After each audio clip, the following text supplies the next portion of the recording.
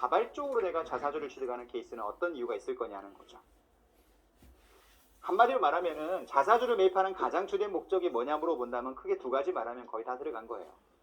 첫 번째가 뭐냐면 경영권에 대한 방어 또는 지분율을, 대주주 지분율이에요, 올리기 위해서 자사주를 매입하는 게 첫 번째. 두 번째는 보통 주가 방어 목적. 물론 이 주가 방어라는 것은 단기적인 주가 방어 목적이에요. 이거 말고도 직원들의 복리후생 목적도 있다라고 보통 통상 얘기하는데 설명을 다 드릴게요. 지금 여기 다 써놓은 겁니다. 이거 다 써놓은 거예요. 이게.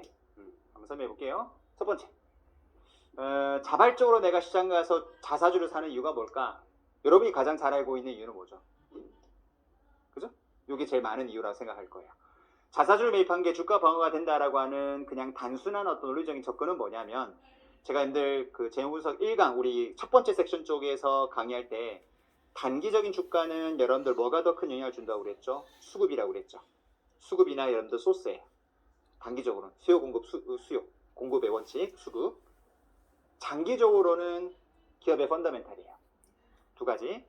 그래서 우리가 기업 분석을 해서 이 기업을 내가 들고 있겠다 말겠다라고 하는 어떤 분석, 요거는 장기적인 포트폴리오 투자자한테 적합한 거지. 분석 강의가 단기적인 어떤 분석 투자를 하겠다는 사람 입장에서는 솔직히 이런 재무 분석 강의는 크게 의미는 없어요. 왜? 어차피 그 사람들은 요행이잖아요. 한번 넣어보고 아 파란색 아쉽다 이런 거기 때문에 그건 뭐 분석을 해서 할 건 아니고, 장기적인 목적이라면 재무 분석은 중요할 수 있다라고 하는 거. 자, 그럼 자사주를 사게 되면 단기 수급이 영향을 받잖아요. 왜? 시장에서 내 주식을 사겠다라고 수요를 일으키는 거니까 당연히 주가는 뭐다? 안 빠지겠죠. 그러니까 주가가 빠지는 이유는 뭐냐면은 매도 물량이 나오는데 그 물량을 받는 사람이 없으면 매도자가 그 호가를 계속 낮추기 시작하면 주가가 빠지는 게 기본 흐름인데, 던지자마자 누가 받아요? 던지자마자 받아요. 그럼 주가가 빠질 이유가 없죠. 심지어 뭐다? 파는 사람은 없는데 사겠다고 계속 호가를 던지니까 주가는 올라갈 수밖에 없기 때문에 보통 단기적인 주가 호재에 영향을 주는 것은 자사주 매입은 긍정적인 영향이라고 보시는 게 맞는 거죠. 수급 영향으로 봤을 때. 그래서 그런 목적상 자사주를 매입하는 게 가장 많이 실무적으로 있다라고 얘기를 하는 건데, 주가 얘기 나왔으니까 그럼 자사주를 매입하게 되면은 회계사님 그 뉴스가 터지면은 주가가 굉장히 좋은 흐름으로 바뀌겠네요 라고 말씀하시는데 맞아요. 그런데 문제는 실제 실물을 닦아서 상장기업들 자사주 매입합니다 라고 호재가 딱 뉴스가 뜨면은 주가가 빠지는 기업도 있어요. 응? 그러면 아니 자사주 매입은 호재라면서 이거 호재라며, 근데 나는 들고 있는데 왜 주가가 빠지냐, 왜 나만 빠지냐, 왜 나만 only me, 왜 나만 이러냐라는 말을 많이 하는데, 제가 보니까 이유는 여러 가지인데요. 가장 주된 이유는 뭐냐면, 자사주를 매입하겠다라고 여러분들 뉴스를 터뜨렸는데 주가가 빠지는 케이스는 크게 두 가지인 것 같아요. 가장 첫 번째 이유는 뭐냐면 이미 선반영이 된 거야. 자사주를 매입하겠다라고 한다면 당일날 갑자기 팍 사는 게 아닐 거 아니겠어요. 논의가 되기 시작한다고. 그럼 논의가 되면 그 뉴스가 여러분들 절대 그 회사 내부적으로 컨피덴셜 유지가 되기가 쉽지가 않아요. 여러분도 큰 회사 다녀요. 우리 회사 자사주 매입한다는 사실 알게 됐어요. 나만 알까? 굉장히 친한 친구 딱 한 명이 또 있을까? 오은이 프렌드가 한 명 있다고. 나 너한테만 얘기할게. 너한테만 얘기할게 말하는 순간 이건 여의도 시장에 다 번진 거예요. 너한테만 얘기할게. 그 너도 너한테만 알릴게가 너가 있고, 그 너도 너한테만 알려줄게 너가 있다고요. 이게 코로나보다 더 빨리 번진다고요. 엄청 빨리 번집니다. 그럼 기관들은 먼저 또 알고요. 그러다 보니까 자사주 매입하기 대한 뉴스 터지면 그 전에 주가가 올라간다고, 그 회사들은. 그랬다가 보통 자사주를 사겠습니다라고 공시하는 그날 기관들은 털어버린다고. 그럼 이제 그 소식이 없었던 개미들은 이건가? 하고 그때 가서 이제 받기 시작하고, 이런 케이스가 많기 때문에 보통 여러분들 자사주를 매입하겠다 뉴스가 터졌을 때 주가가 빠지는 회사는 보통 주가 흐름 보게 되면 선반영이 되는 케이스가 많거든요. 주가가 그 전에 쓱 올라간다고. 그러다 그때 푹 떨어지는 그런 케이스는 이게 미리 뉴스가 주가에 반영된 거구나라고 이해하시는 게 그게 거의 다 반사가 돼요. 그리고 두 번째는 자사주를 매입하는 여러분들 회사는 가만히 보시면 유동성이 좋은 회사일까 안 좋은 회사일까? 아니 자기 돈 갖고 자기 주식을 사요. 그러면 기본적으로 유동성이 좋은 회사겠죠. 돈 없는 회사가 투자할 돈도 없는데 내 주식이나 사자 하고 쓰레기를 보고 있어요. 바보 같은 짓이지. 통상님들 자사주 많이 들고 있는 기업이 어디예요? 삼성전자. 돈 많으니까 자사주 매입하잖아. 애플 어마어마하게 사죠. 돈이 많으니까 사는 거예요, 자사주를. 근데 주가를 부양하겠다는 오로지 목적으로 회사에 재투자는 하지 않고 자사주를 가지고 막 주가를 움직이는 기업들이 있다고. 그런 기업들은 자사주를 매입하겠다는 뉴스가 오히려 뭐다? 이게 악재가 될 수 있어요. 가지고 있는 캐시를 염두에 어떻게 하는 게 중요하다고 그랬죠? 그걸 무조건 배당을 풀거나 자사주를 매입하는 게 중요한 게 아니고 현금을 우리 배웠다시피 대동매출기에서 KPX 다시 재투자를 해야 된다고. 그래서 유문형 자산에 재투자를 해주는 게 중요한 거지. 미래 포텐셜을 위해서. 그 돈을 갖고 자사주 매입하고 이러고 있으면은 미래 전망 자체가 과연 포텐이 있는 거냐라고 하는 굉장히 네거티브한 피드백이 나올 수도 있다고요. 그래서 유동성이 되게 많은 회사가 충분히 현금을 KPX에 재투자를 많이 했음에도 불구하고 남는 여유 자금을 가지고 자사주를 매입한다고 한다면 보조가 될 수 있지만 그런 KPX의 미래 어떤 전망에 대한 투자도 없이 그냥 주가 관리 목적상 유동성을 그 자사주에 쓰게 되면은 그 기업의 미래 전망은 되게 어둡다고 바라보는 뷰 포인트가 생기거든요. 그러면 주가가 빠지는 경우도 있어요. 그래서 자사주 매입은 일반적으로 단기적 수급 현상상으로는 좋은 호재긴 하지만은 그날 뉴스가 터질 때 주가가 빠지는 염두를 가장 주된 이유는 선반영되는 케이스 아니면은 아까 말한 것처럼 KPX 투자는 없이 그 현금을 가지고 주가 관리 목적상 자사주를 매입하는 그런 회사들 같은 경우는 그렇게 시장에서 호의적으로 바라보지 않는 뷰 포인트가 생길 때가 종종 있습니다. 그렇게 여러분들 이해하시면 딱 맞거든요. 지금 제가 말하는 것들은 책에 나오는 게 아니고 저도 얼마나 오래 봤겠어요. 저도 이렇게 포트폴리오를 막 빈번하게 트레이딩 하는 사람은 아니지만 장투하는 편이긴 하거든요. 넣어놓고 쭉 봐요. 왜냐하면 주식을 투자하는 것 자체는 여러분들 나는 굉장히 좋은 거라고 생각하는 게 이렇게 투자를 해야 이런 거에 관심을 가진다고. 그래서 여러분들 뭐도 해보는 게 좋으냐면 비트코인도 사봐야 돼. 응? 지금 5천만 원 뚫었잖아요. 많이 안 산 걸 후회하고 있어요. 해봐야 이걸 느낌을 가지거든. 이게 어떻게 움직이는 작동 원리 같은 것도 이해하려면은 한번 투자해봐야 또 자기 돈이 묶여 있어야 뭔가 그 관련된 기사가 나올 때 관심을 가진다고요. 그래서 저는 개인적으로 주식이나 부동산이나 이런 뭐 채권이나 아니면 파생상품, 그 비트코인 이런 것들도 조금씩은 많이는 아니더라도 한번 해보는 게 훨씬 더 어떤 지식을 넓혀 나가는 측면에서는 중요해요. 사람이 책으로 보는 거랑 경험 쌓는 것은 이게 큰 차이가 있는 거거든요. 항상 제가 권고하는 건데 또 그렇다 마통 열지 마시고 그냥 있는 여유 자금에서 조금씩 여러분들 해보는 것은 저는 권장하는 편입니다. 다시 돌아와서 자사주 매입하는 가장 주된 목적은 주가 방어 목적이다라고 통상 얘기하는데 내가 무슨 단서를 달았죠? 단기적이다라고 단서를 달았어요. 왜 그렇게 써요? 단기 수급상은 분명히 호재긴 맞죠. 근데 장기적으로 봤을 때 자사주가 과연 그 회사 주가에 롱텀으로 파스티브 할 거냐 네거티브 할 거냐 문제는 아까 내가 판단이 약간의 어떤 힌트를 줬는데 뭐 갖고 판단하는 게 중요하겠어요. 우리 자산의 대동맥 줄기가 있는데 유무형 자산이 여러분들 심장이 뛰어서 마지막 캐시까지 쫙 올라가서 유동성이 많이 있어요. 그럼 유동성을 가지고 여러분들 경영자가 할 수 있는 방법은 두 가지. 그 유동성을 다시 재투자를 해서 새로운 심장을 장착을 시키던가 아니면 가지고 있는 캐시를 배당을 풀던가 자사주를 매입해서 주주한테 불을 환원시켜주는 방법이 있겠죠. 그럼 아까 말한 거예요. 자사주를 매입했을 때 롱텀으로 기업 가치에 도움이 될 거냐 말 거냐의 문제는 일단 충분히 미래 포텐셜 먹거리에 투자가 들어가줘야 돼요. 먼저.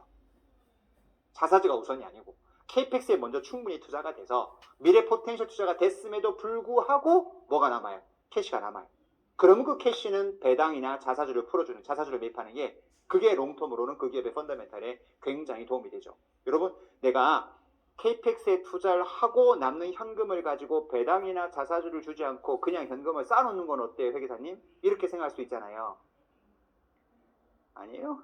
근데 그걸 쌓아놓는 거랑 그 배당과 그 자사주로 현금을 푸는 거랑 기업 가치 측면에서는 뭐가 더 유리할 거냐를 생각할 수 있는데 어떻게 직관적으로 생각하면 캐시가 회사 유보되어 있는 게 훨씬 더 낫지 않나? 기업 가치에는? 그런 생각을 할 수도 있잖아요. 근데 절대 그렇진 않아요. 왜? 가지고 있는 캐시는 그 기업의 수익 창출에 아무런 도움이 되지 않습니다. 왜? 걔는 수익 창출에 충분히 도움이 될 수 있는 KPX에 다 투자가 됐고 그리고 남은 캐시예요. 그럼 쉽게 어떻게 생각하면 가장 쉬우냐면 여러분이 연봉 있는데 쓰고 돈이 남았어요. 남을 리가 없겠지만 어쨌든 남았어요. 남아가지고 어디에 막 투자를 다 했어. 그래도 남아 캐시가. 그래서 금고에 넣어놨어 그냥. 이게 무슨 의미가 있는 거 이게. 그냥 마음에 푸근함만 있는 거지 아무 의미가 없는 거 이거는요. 수익 창출에. 그러면 나는 이제 더 이상 수익을 낼 수 있는 포텐셜 오퍼튜니티가 없다는 소리입니다. 근데 그걸 누구한테 주는 거죠? 다시 배당을 통해서 주주한테 풀어주는 겁니다. 그러면 주주는 그 돈을 갖고 자기가 또 재투자를 할 수 있는 거거든요. 기본적으로 봤을 때는 현금을 들고만 있다고 해서 주주 가치에 무조건 도움이 되냐의 문제는 별개의 문제. 주가라는 건 주주 가치잖아요. 주주 입장에서 이게 메리트가 있냐는 겁니다. 거기 현금으로 쌓아놓고 아무런 짓을 안 해. 그럼 주주 입장에서는 뭐다 도움이 안 되는 얘기인 거죠 이게. 그래서 늘 말하지만은 일단 충분한 KPX 투자와 운용 자금이 깔리는 상태 익세스 캐시는 들고 있는 것보다는 배당을 주거나 자사주를 매입해 주는 게 훨씬 더 주주 가치에 도움이 될 수 있다라고 보통 통상 얘기를 하는 겁니다. 결론, 롱텀으로는 도움이 될 거냐 자사주 매입이? 그럼 무엇 따라 판단해봐야 된다는 거죠. 그 회사가 충분히 미래 먹거리에 투자를 하고 나서 남는 현금으로 자사주를 매입한 건지 아니면 그냥 자사주 매입에 주가 관리 목적상 투자를 한 건지에 따라서 롱텀 주가는 차이가 날 수 있다라고 하는 거죠. 단기적으로는 호재이지만 장기적으로는 판단해봐야 된다라고 하는 게 기본적인 컨셉이다 보시면 될 것 같고, 근데 명분은 자사주 매입할 때 명분은 다 뭐라고 공시하게 해요? 대부분 기업들이 자사주 매입할 때 명분은 뭐라고 하냐면 주가 방어라고 그래요.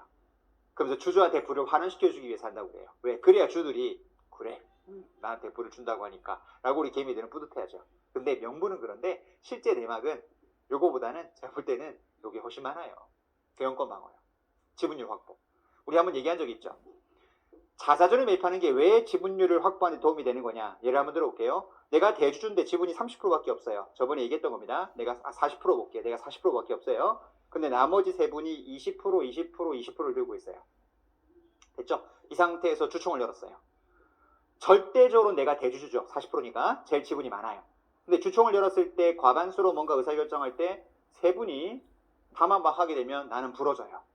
나는 지분이 꺾이는 거잖아요. 세 분이 합하면 60%니까. 그러면 나는 최대주주지만은 이 회사를 마음대로 할 수가 없어요. 이해돼요? 그렇게 돼버리니까 내가 지분율 확보가 되게 중요하게 되는 거지. 그럼 어떻게 하면 돼요? 이분들의 지분을 내가 사면 되는 거지. 응? 사서 내가 50% 넘어가면 되는 거잖아. 문제는 뭐냐면 내가 이분들의 지분을 살려면 뭐가 필요하죠? 내 돈이 필요한 거예요. 내 돈이 필요한 거죠. 근데 내 돈이 없잖아요.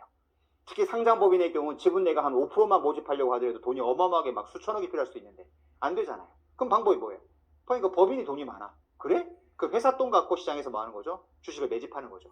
회사가 지네 주식을 매집하는 거예요. 그게 자사주가 되는 거잖아요. 그럼 시장에서 이분 지분을 10%씩 빨아왔어요. 그럼 어떻게 지배구조가 바뀌어요? 내 건 여전히 40%인데 이분들은 10%, 10%, 10%가 되는 거죠. 그럼 자사주가 30%가 되는 거예요. 근데 자사주는 뭐가 없다고요? 의결권이 없어요.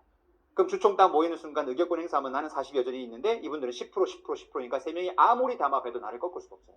이해돼요? 그럼 내 돈을 쓰지 않고 회사 돈 갖고 뭐 할 수 있는 거죠? 내가 최대주가 되면서 경영권을 확보할 수가 있는 거죠. 그게 더 주된 이유가 많아요. 근데 그거를 뭐다 목적으로 내가 자사를 매입합니다 공시하게 되면은 불꽃 싸다고 맞겠죠.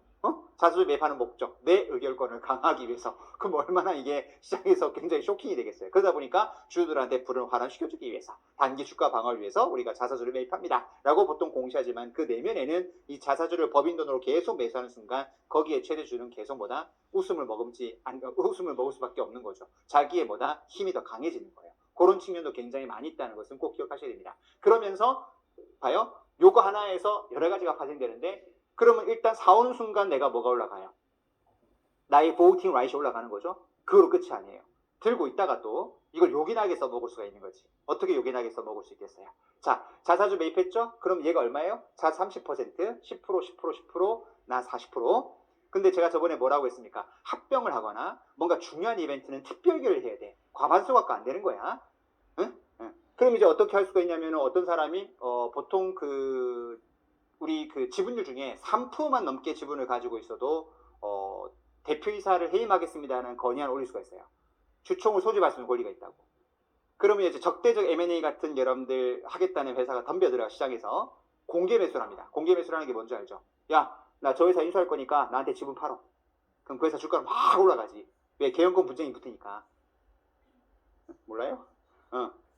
텐더오프라고 하지. 공개 매수라는 게 장외에서 야, 너네 지분 나한테 팔어. 그래서 그 사람이 지분을 다 끌고 모아가지고 이제 경영권 분쟁을 하는 건데, 문제는 그렇게 적대적 M&A가 들어오기 시작하면서 나를 먹으려고 하는 사람이 생겼다 라고 한다면 이걸 또 언제 써먹냐면 자사주 이거 30%는 죽어있는 의결권이었잖아요.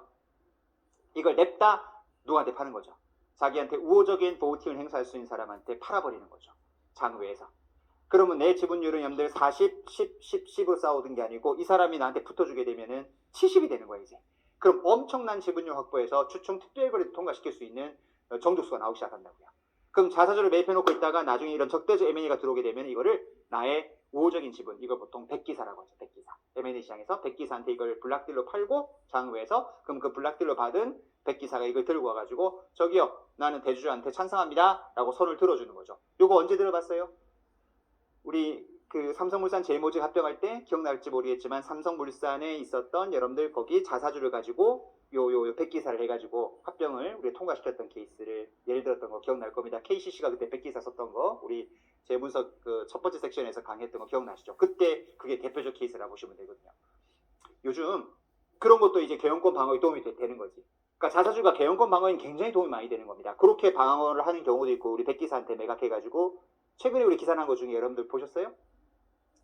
요즘 많이 하죠. 자사주를 들고 있다가 이걸 어떻게 하냐면 자기들하고 전략적 제휴를 맺는 거야. 그러니까 백기사를 들고 있다가 누가 덤빌 때 그때 이걸 팔아가지고 나 편 들어주세요 라고 하는 게 아니고 미리 선수 치는 케이스 요즘 많죠. 전략적 제휴 많이 하잖아. 최근에 기사 떴던 게 뭐예요? 네이버하고 뭐가 붙었죠? 빅히트. 두 회사가 자사주가 있었거든. 그 자사주를 둘이 뭐 한 거냐면 수합을 했다고. 쉽게 말해서 네이버도 빅히트의 뭐가 되는 거죠? 백기사가 되는 거고, 빅히트도 네이버의 백기사. 물론 걔들은 백기사 개념으로 갈 만큼 그 대주 지분율이 약하진 않아요. 전략적 제휴가 더 추가적인 목적이 강했는데 어쨌든 둘이 자사주가 있어. 급할 때 이걸 뭐다 백기사에 구원 요청하는 게 아니고 미리 야 내 자사주 네가 사가. 내가 너네 자사주 내가 받아올게. 서로 수합을 하는 거죠. 그래서 네이버하고 엠들 빅히트가 서로 뭐 했다고 떴죠? 수합했다고 신문에 떴잖아요. 맨날 카톡만 보지 말고 기사를 좀 봐. 기사를. 이 경제적인 이 사건이 뭐가 발생하는지. 지금 SK텔레콤 여러분들 무슨 분할한다는 거 지금 신문에 뜨고 있어요. 인적 분할한다고 신문에 뜨는 거 봤어요? 또 모른다. 아, 이 양반들.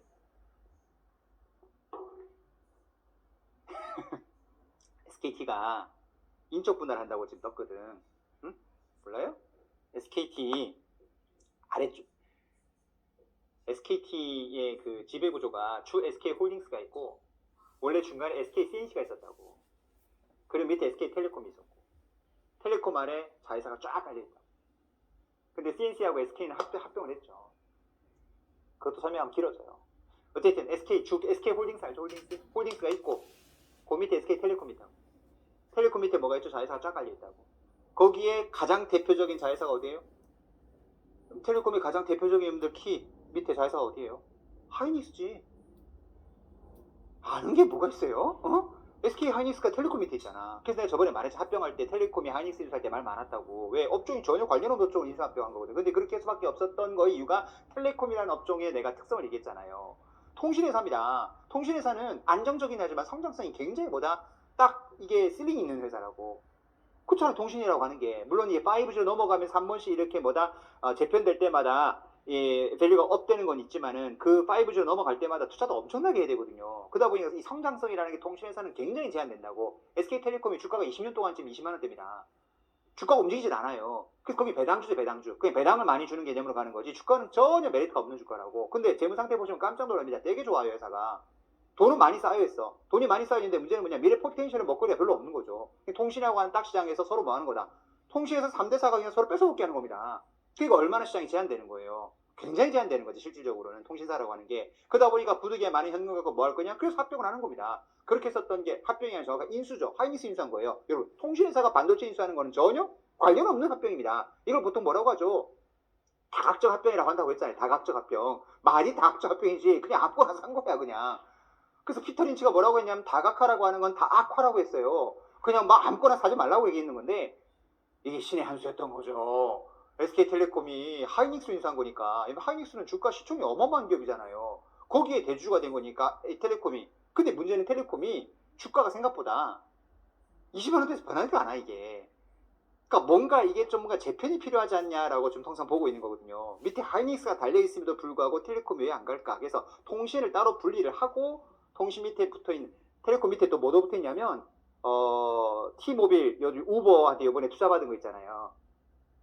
우버라는 회사가 있어요. 우버라는 회사가 T모빌 연들 그 저기 이 맵 있잖아. 맵 거기에 투자를 했잖아. 그게 가치를 얼마로 받냐면 어마어마한 가치를 높게 평가해서 받았거든. 11번가도 있고 거기. 그래서 거기도 이제 하나씩 상장 올리겠다고 지금 하는 거거든. 텔레콤도. 그러다가 그걸 그냥 하지 않고 이걸 인적 분할에 찍겠다는 거거든 지금. 그 우리 인적 분할, 물적 분할 배웠잖아요. 그 LG 와키스도 말하면서. 그럼 SK텔레콤 인적 분할하는 니즈가 뭘까? 이게 과연 주가에는 도움이 될까 안 될까? 이런 것들을 고민해봐야 된다고. 문제는 제가 이 강의를 지금 굉장히 오랫동안 하다 보니까 이 케이스가 계속 나오긴 하지만은 요즘은 이런 것들 이벤트 터지면은요 다 누가 얘기를 해줘. 유튜브에 네이버에도 누가 막 글 올리고 한량들 많거든요. 한량이라 말하면 이게 좀 비하는 게 아니고 그걸 전문화하시는 분이 꽤 있다고요. 인생의 위너들이 있어요. 유튜버들 돈 많이 버신 분들 계시잖아. 요즘 유튜브 잘 나간 유튜버들 단체로 경조사 받았다면서요. 나만 다 아는 그인가? 그 유튜브 했더니 뭐 많이 버는 사람은 뭐 어마어마하게 번다면서요. 연애 뭐 한 4, 50억 번다고 그러더라고. 뭐 4, 50억? 더 버는 사람도 많죠. 더 버는 사람도 많은데 일단 뭐 한 3, 40억 버는 사람들도 꽤 많이 있다라고 하더라고 유튜브.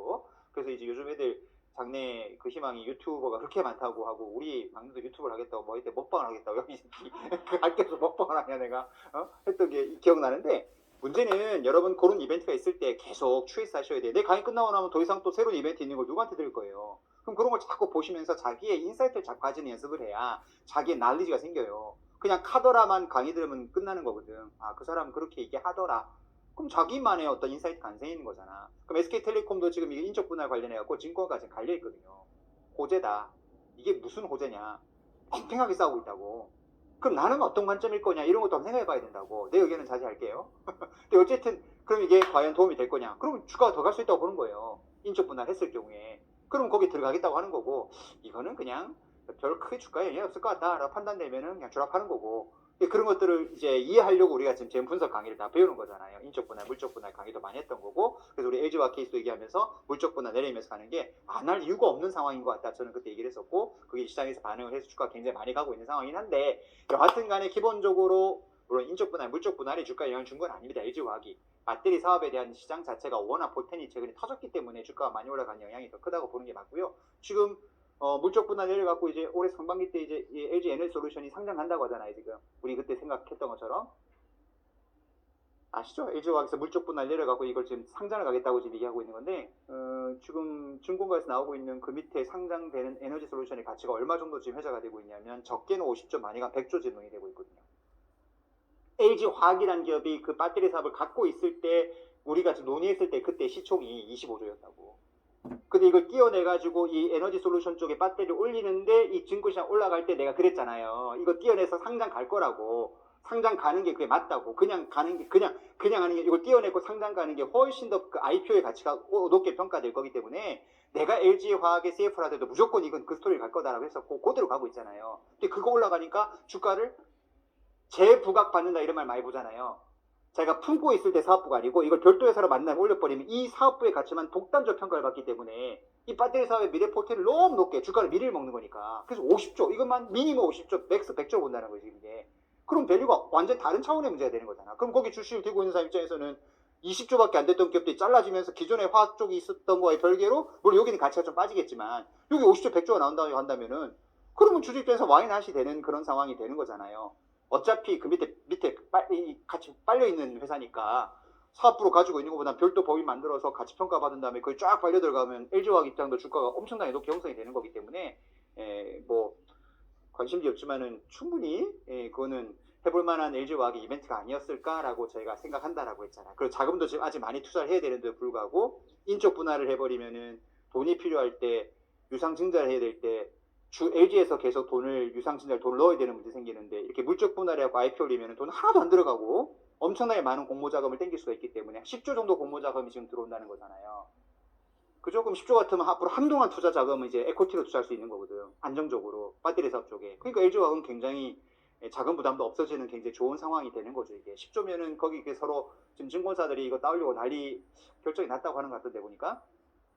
그 IPO 가는 거 상장 조선을 누가 할 거냐 이제 IPO 시장에서 아주 핫했죠. 카카오 게임스처럼 SK바이오 그다음 우리 요즘 21년도가 IPO 시장이 굉장히 화랑기거든. 이 빅컴퍼니들이 몇 개 올라가는데 보통 증권사는 상장 주선할 때 공모가에 몇 프로 받게 돼 있으니까 그 10조 같으면은 여러분 뭐 공모 수수료를 좀 조정을 하겠지만은 뭐 1% 받는다라고 해도 꽤 되는 돈이잖아요. 그러니까 이제 증권사들이 지금 사활을 걸고 그 에너솔루션 쪽에 우리를 주선인으로 선임해달라고 막 지금 서로 막 피 터지게 싸운다라는 얘기를 들었는데 여하튼 일단 기본적으로 자사주 매입할 때 다시 본론 돌아올게요. 자사주를 매입하는 목적이 경영권 방어의 목적이 강하고 매입하는 것조차도 경영권이 올라가는 거지만 가지고 있다가 백기사를 쓰거나 최근에는 뭐다 서로 M&A 적대적 M&A 들어오기 전에 이미 뭐다 수합을 해가지고 각자가 주식을 들고 있게 되는 거죠. 그럼 이미 나의 백기사 우운이 있는 거야. 우호적 투자가 있는 거지. 그러면 네이버 같은 경우는 지금 빅히트하고 지금 돼 있고 빅히트는 네이버가 또 여기 들어가 있고 네이버하고 미래에셋도 지금 서로 수합돼 있죠. 네이버 취미가 서로 수합이에요. 네이버가 공룡 거기도 플랫폼이잖아요. 그러다 보니까 이렇게 수합을 해갖고 자기들한테 이제 SI로 같이 일할 수 있는 사람들을 같이 이렇게 많이 엮어가지고 이렇게 미래셋하고 네이버는 어떤 전략적 제휴가 있을지는 전 퀘스천 마크긴 한데 어쨌든 그 두 회사도 주식이 서로 수합되어 있는 상태입니다. 지금 상황 자체가. 어쨌든 지금 상황 자체가 자사주라고 하는 것은 여러 가지 목적상 개헌권 방어에 도움이 된다라는 것을 기억하시면 좋을 것 같고 그런 내용을 좀 써놓은 거라 보시면 되고요. 이거 기억나요? 왜 또 자사주 가지고 있으면 인적 분할해가지고 이렇게 지주회사 만들면은 그냥 있을 때보다 대주주가 지분율이 굉장히 많이 올라갈 수 있다는 것을 제가 제 문서 첫 번째 섹션 쪽에서 설명했던 거, 그 내용 써놓은 겁니다. 다만 삼성전자가 향후에 지주사를 만들 거냐 문제는 저는 퀘스천 마크다라고 찍었던 이유가 아직 안 가고 있잖아요. 전망이 맞잖아요. 안 가잖아요. 물론 총수가 지금 잡혀 들어갔기 때문에 액션을 취하기 쉽지 않지만은 지주사 가기가 쉽지 않을 거라고 그랬잖아요. 왜냐하면 자사주를 들고 있다 이걸 다 소각을 시켰다고 그랬잖아요. 없어져 버렸다고. 이걸 들고 있으면은 인적 분할을 통해서 이재용 씨가 삼성전자를 지배할 수 있는 지분율이 굉장히 많이 올라갈 수 있음에도 불구하고 2018년도에 자사주를 전액 소각했다는 것은 지주사로 가겠다는 의지가 거의 없는 거 아니냐라고 제가 그때 말씀드렸던 내용이 이 내용이요. 기억이 안 나시니까 또 얘기하기 그러니까 일단 이렇게만 언급할게요. 결론적으로 들어보니까 어때요? 자사주를 내가 취득하는 목적은 크게 주가 부양 목적 아니면 뭐다? 대주주의 지분율 강화를 위해서 뭔가 가지고 있는 목적이 강하구나 정도 하시면 되고 상장을 간 기업이거나 상장 가기 전의 기업들 중에서 자사주를 매입하는 연들 기업들 중에 어떤 목적이 또 있을 수 있냐면 복리후생 목적이요. 복리후생 목적은 별건 아니고 자사주 들고 있다가요. 여러분 상장 가는 기업들 스톡옵션 주는 경우 있잖아요. 또는 우리 사주를 주는 경우도 있어요. 보통 상장하는 기업 중에 한 60, 70% 정도가 우리 사주를 보통 주거든요. 그러면 공모 물량의 한 20% 정도를 우리 사주에다가 먼저 배정을 해준다고. 지금 무슨 말인지 이해되죠? IPO 갈 때 직원들한테 공모 물량 중 20% 먼저 배정해 준다고요. 전체 공모 물량을 보통 20에서 30% 주거든요. 그러니까 주식수가 100주면은 공모를 할 때 지분을 분산을 시켜야 될 거 아니야. 대주주가 다 들고 있으면 거래가 안 될 테니까. 그때 공모주를 발행할 때 전체 시총의 보통 한 20에서 30%를 공모주를 발행을 해요. 그럼 그 물량의 한 20% 정도를 우리 사주에 먼저 배정을 해주는 게 원칙이거든. 그러면 직원들이 먼저 주식을 받는 거지. 그럼 직원들이 주식을 가지고 있을 때 그 주식을 뭐로 줄 거냐? 신주 발행이 아니고 자사주를 들고 있다가 주는 경우도 있다고요. 그리고 스탁 옵션을 부여했다가 스탁 옵션을 행사하는 직원들한테 신주를 발행하지 않고 자사주를 주는 경우도 많고. 그래서 자사주를 취득하는 목적 자체는 이 정도가 실무적으로 매입하는 목적이다 정도 알고 있으면은 어디 가서 자사주를 매입하는 목적에 대한 전체 내용은 다 이해하고 있다고 생각하시면 될 것 같고요. 여담이지만 여담인데 비자발적으로 이렇게 취득하는 케이스 있잖아요. 비자발적으로 취득하는 케이스 같은 경우는 자사주를 매입할 때 특별한 제약은 없어요. 그냥 자기가 돈만 있으면 살 수 있어. 근데 자발적으로 취득하려면요. 자사주를 매입할 때 뭐가 있어야 되냐면 회사 재무상태표 여러분 자본의 이익잉여금 있죠. 우리 배당 줄 수 있는 미처분 이익잉여금. 그 범위 내에서만 자사주를 매입해야 된다고. 그러니까 자발적하고 비자발적은 완전히 다른 거예요. 비자발적은 그게 없어도 살 수 있다고. 내가 부득이하게 사야 되는 거니까. 내가 이 말을 왜 하는 거냐면 뭐 상장 회사야 거기는 어떤 맨파워들이 더 좋으니까 이런 걸 잘 알고 있는데 비상장 회사들이 어디서 어설프게 회계사님 자사주를 매입할 수 있다면서요? 상장도 아닌데 네 저희 자사주를 매입하겠습니다. 그래요? 왜요? 한번 해보겠대요. 뭐 오케이. 중요한 건 자사주를 매입하겠다라고 했을 때 자사주를 매입하려면 이건 자발적으로 내가 취득하겠다는 거잖아요. 그럼 뭐가 있어야 되게? 빨리가 자본을 봐야 된다고. 그래서 뭐가 쌓이나 봐야 되는데 미처분 이익잉여금요. 그게 있는 범위 내에서만 자사주를 매입할 수 있다고. 그러니까 자기는 사고 싶다고 했지만 미처분 여금이 많을 때 있으면 못 사요. 마음대로 살 수 있는 게 아니야 이게. 그래서 그런 어떤 제약이 있다는 건 이해하셔야 돼. 근데 들어보면 비상장은 솔직히 지금 들어보니까 주가 방어 필요 없죠. 개연권 방어 필요 없어요. 필요 없죠. 어차피 자기가 오는데. 복리후생, 비상장은 복리후생 신경 안 쓰잖아요. 그러면 자사를 매입하는 목적이 없죠? 그잖아요? 근데 왜 비상장 회사는 자사를 매입한다고 할까? 이건 정말 실무적인 얘기인데 이게 맨 마지막이야. 지금 여기까지 간 거예요. 네. 비상장 회사들의 주들의 가장 대표적인 관심사는 뭐냐면 자기가 그 회사에 벌어놓은 돈을 세금 없이 빼고 싶은 니즈가 가장 큰 거예요. 그잖아요? 그럼 내 질문 안 할게. 뭐 답을 항상 안 하지만 회사에 돈을 많이 벌어놨어. 내가 비상장 회사 오너야. 돈 빼고 싶어. 나중에 이 재무서 강의 끝난 다음에 제가 지금 또 구상하고 있는 강의 중에 하나가 뭐냐면 회사의 지배구조를 통해서 이렇게 대기업 오너들이 관심 가질 만한 내용들, 상속 증여라든지 이런 재무제표를 통해서 어떻게 뭐 이렇게 기업을 밸류를 바꿔가지고 이렇게 할 수 있는지에 대한 그런 내용들의 강의를 지금 좀 고민을 해보고 있거든요. 왜 그런 거에 대한 관심 비상장 오너들은 되게 많거든요. 그럼 봐봐, 회사에 돈이 쌓여 있어. 그 돈을 뺄 수 있는 정당한 방법은 뭐죠? 비상장 회사에 돈이 쌓여 있으면은 아무리 자기가 대표고 오너라 하더라도 뺄 수 있는 방법은 뭐로 빼는 거냐면 일단 뭐다 급여로 빼는 거죠. 상여로 가져가는 거예요.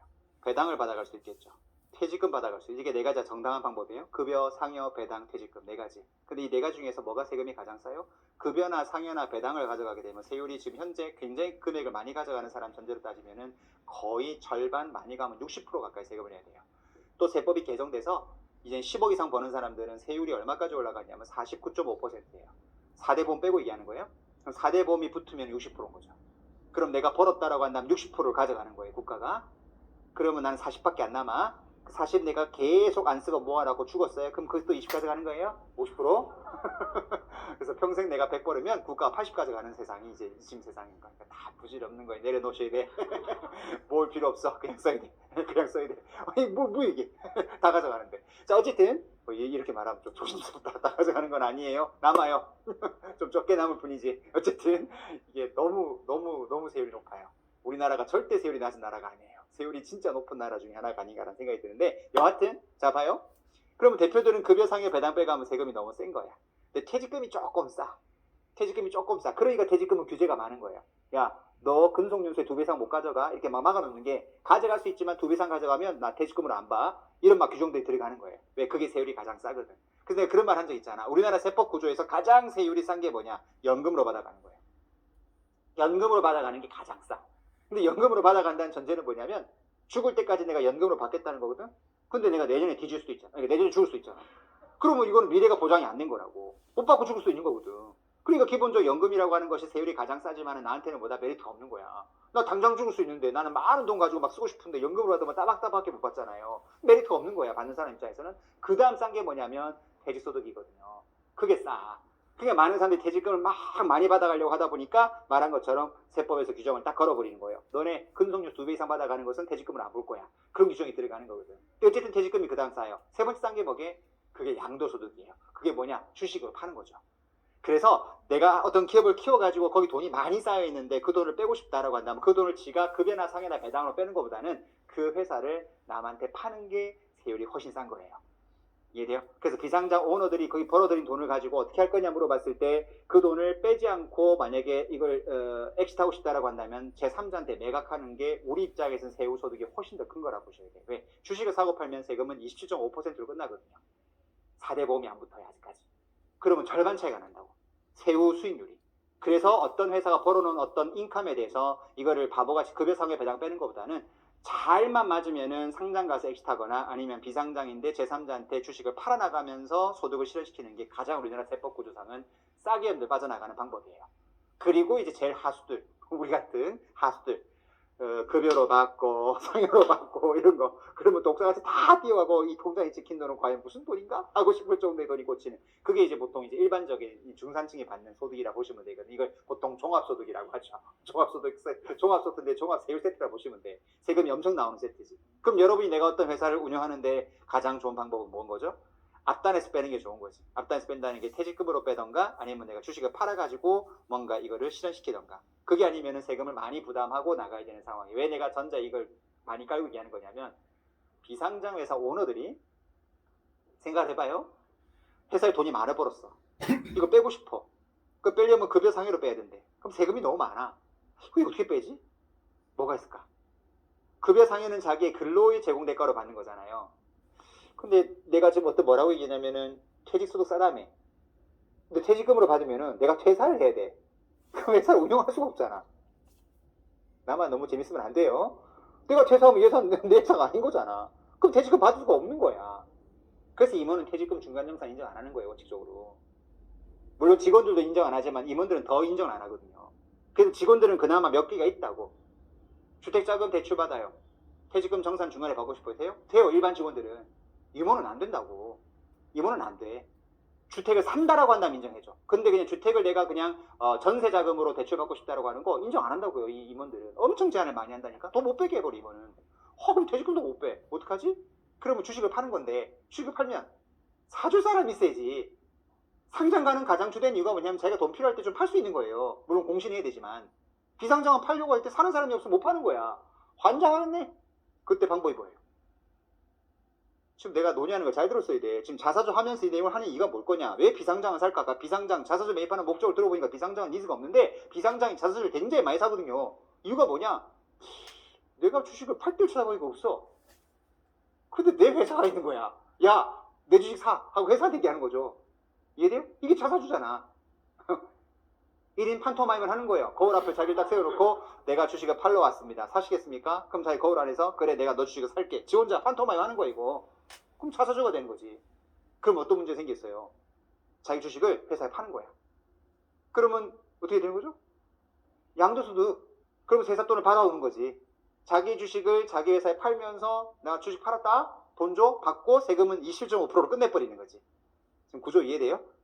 내가 거기 돈을 배당으로 빼거나 급여로 뺐으면 50% 이상 세금을 내야 되는데 주식을 판 것처럼 처리하는 거지. 그럼 회사가 돈을 나한테 주고 자사주를 들고 있는 거야. 그리고 대표는 자기 주식을 팔고 돈을 받은 거니까 세금을 훨씬 적게 내고 돈을 빼게 되는 거죠. 이게. 그게 비상장 회사들이 자사주를 매입하는 가장 주된 목적이에요. 누가 가만히 있지 않겠어요? 조금만 하고 질문 받을게요. 누가 가만히 있지 않겠어요? 세무서가 바라보고 있겠죠? 뭐 하는 짓이야 지금? 야, 네가 상장 기업은 어나운스를 한다고 시장에다가 자사주를 공개 매수하겠습니다라고 해서 모든 주주한테 팔 수 있는 권한을 다 주고 그때 파는 사람도 있고 안 파는 사람도 있고 해가지고 그렇게 하는 건데 지 혼자서 갖고 하면서 막 그 돈을 갖고 노는데 실제로 뭐랑 똑같아요. 회사 돈은 그냥 배당을 받아가거나 상해 받은 거랑 똑같은 논리잖아 이게. 그래서 이렇게 빼가게 되면 아주 엄격한 내부적인 프로세스를 거치지 않으면은 미안하지만은 세무서는 이걸 배당으로 봐요. 감자로 간다. 감자로.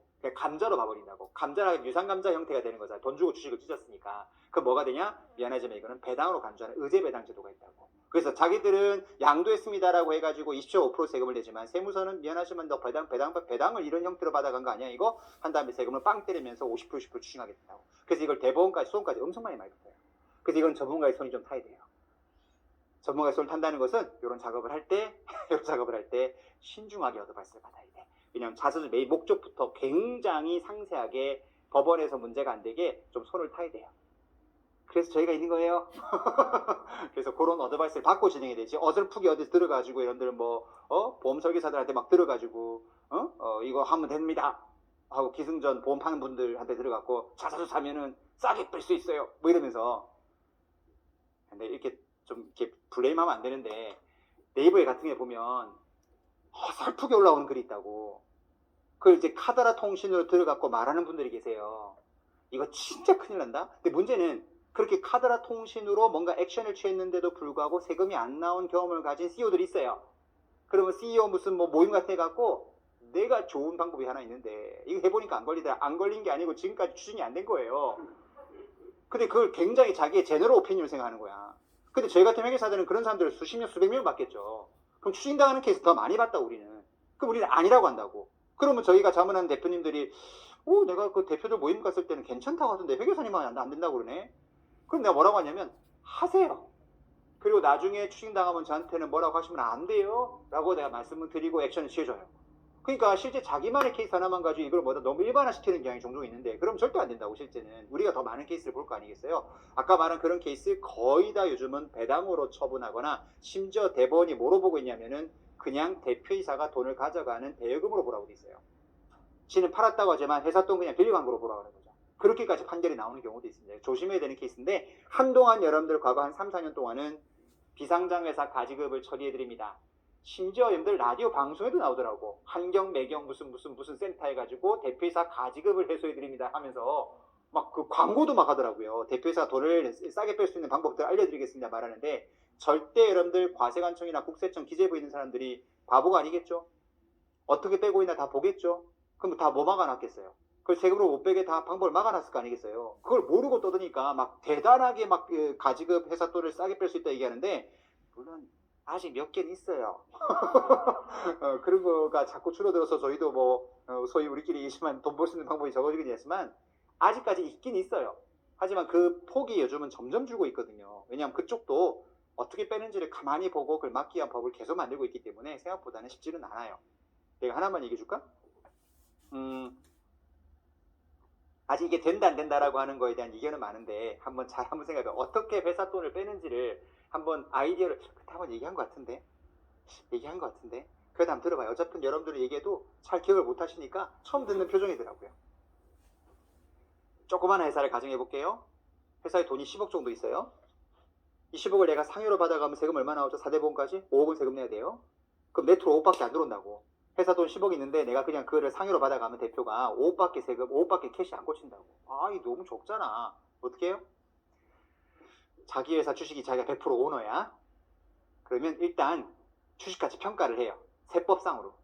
그러니까 세무상 문제 없이 한 주당 얼마인지 평가 금액이 나오거든요. 세법상 가치 평가하는 방법이 있다고. 평가를 해요. 그래서 평가한 다음에 한 6억 정도를 배우자한테 증여를 해요. 6억은 어떻게 싸우냐면 배우자한테는 10년 누적으로 6억까지는 주식을 줘도 세금이 안 나온다고. 그게 주식이 됐든 부동산이 됐든 현금이 됐든. 이랬죠? 배우자한테 6억 주는 것은 전혀 세금이 안 나온다고. 그래서 금수익 좋은 부분은 근데 남자가 돈이 많아.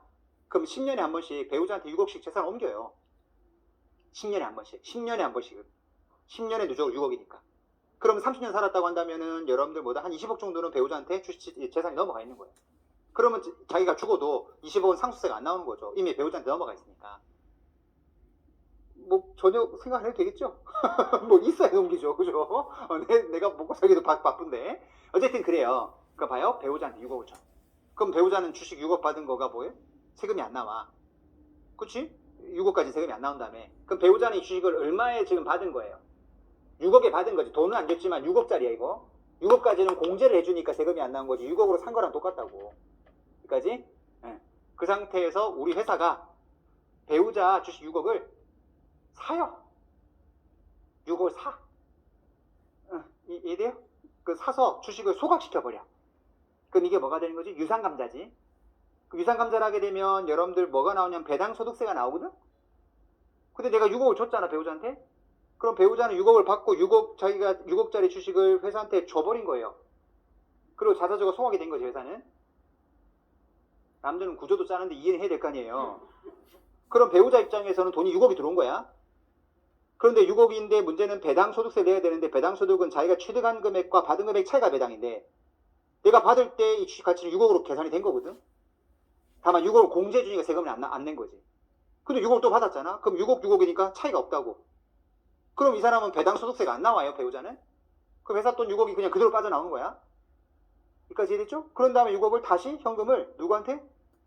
남편한테 증여를 해. 남편도 배우자한테 6억을 증여할 때 비과세지만 배우자가 남편한테 6억 주는 것도 비과세거든요. 각각 6억씩은. 그럼 6억을 다시 돌려주는 거야. 그러면 남편은 다시 보다 6억을 받는 거예요. 그러면 만약 그 남편이 CEO 입장에서 회사 돈 6억을 그냥 뺐다라고 한다면 세금이 절반 날아갔을 텐데 지금 이 구조를 가지게 되면 세금이 하나도 없이 남편한테 뭐가 되는 거죠? 6억이 돌아오고 재무제표 모양상으로 현금 6억 빠지면서 자본 감자했으니까 자본금이 6억 줄어있겠지. 근데 비상장 회사는 솔직히 자본금 줄어도 큰 문제 없거든. 그렇게 해서 그냥 빼는 방식을 만드는 거예요. 이해를 했나 모르겠다. 지금 내가 말한 게 된다 안 된다라고 하는 의견은 되게 많아요 지금. 근데 내가 법조로 봤을 때 이거를 그냥 자사주를 산 게 아니고 소각까지 시켜버리면 유상감자 형태로 하게 되면 지금 법적으로는 세금 때리기가 쉽지가 않다고 이 규정이. 이렇게 해버리면은 이거 우리나라 세법으로 때리기가 쉽지 않아 세금으로. 구조 자체가. 그래 버리면 늘 6억을 뺄 수 있는 구조. 그러니까 모든 법은 뭐가 있다는 거예요. 구멍이 있는 거죠. 뭔가 스킴을 짜면. 이런 스킴을 짜주는 게 보통 전문가들의 보통 영역이라고 보통 얘기하는데 이게 탈세냐 절세냐 라고 하는 어떤 시각은 다를 수 있어요. 구조를 짜는 입장은 철저하게 절세라고 생각을 해요. 근데 국가 입장에서는 탈세같이 보이는 거죠. 지금 내가 말한 것을 어설프게 듣고 가서 또 혹시 아버님이 사업하거나 또 여러분들 회장님한테 가서 내가 좋은 거 내 주말에 들었다. 응? 내가 6억 바로 빼줄 수 있다. 안 돼요. 예쁜 손을 타야 돼. 중간중간에 서류를 잘 만들어 놔야 된다고. 이거 어설프게 했다가 나중에 100% 세금 나옵니다. 지금 내가 말하는 큰 아웃라인만 설명을 드린 거죠. 어쨌든 내가 하나 예를 든 거예요. 이걸 지금 뭐 이 방법이 되게 섹시한 방법이 있다 이걸 얘기한 게 아니고 그냥 이렇게 뭔가 이렇게 만들어 나가는 과정도 뭘 알고 있으면 되게 편해. 이런 자본구조라든지 자사주 소각이라든지 이런 것들이 막 들어가면서 버무리거든. 그래서 실제 가장 하수들이 하는 방법이 보험 설계사들이 하는 보험 가지고 뭐 하는 건데 실제 우리 전문가들은 보험 갖고 하는 것은 굉장히 하수의 방식이고 회사를 인적 분할하거나 물적 분할하거나 스피노프 때리거나 영업 양수도를 때리거나 이렇게 막 자본거를 일으켜가지고 부를 식수시키면서 그 기업에 조금 부를 이동시키는 이런 방식을 많이 쓰는 게 저희 전문가들의 업무거든요. 그래서 이게 조금 고급 과정이지만 제가 이런 것들만 모아가지고 한번 강의를 한번 해보면 그 전문가들이 되게 많이 듣지 않을까. 그래서 강의를 찍을까 말까 고민 많이 하는 이유가 뭐냐면 이게 노하우거든요. 그럼 이걸 딱 들으면 아 저렇게 하면 되는구나. 조금 세법 아는 사람들 이해가 된다고. 그럼 자기가 할 수 있는 거잖아요 이게. 그래서 이거를 비기를 공개해야 되나 말아야 되나 고민하고 있는데 어쨌든 지금 코로나 시국에 아 그래 그냥 다 공개하자 라고 해서 올해 강의를 찍을까 말까 고민하고 있는 것 중에 하나인데 여하튼 기본적으로 우리 자본거래가 단순히 어떤 분석 측면만 아니라 그런 거에도 많이 이용이 되고 있다는 것을 말씀을 드리고 싶었던 거 아까 질문하시려고 했던 거. 설명이 됐어요 질문 중에? 네. 네네. 밸류에이션 쪽에서 나중에 설명을 드리겠지만은 저번에 우리 그 섹션 2에 우리 지금 하고 있는 섹션 2인데 요게 분석 우리 그 밸류에이션 쪽에서 기억날지 모르겠지만은 자산가치, 수익가치, 상대가치 세 가지가 있다라고 설명했던 거 기억나세요? 네.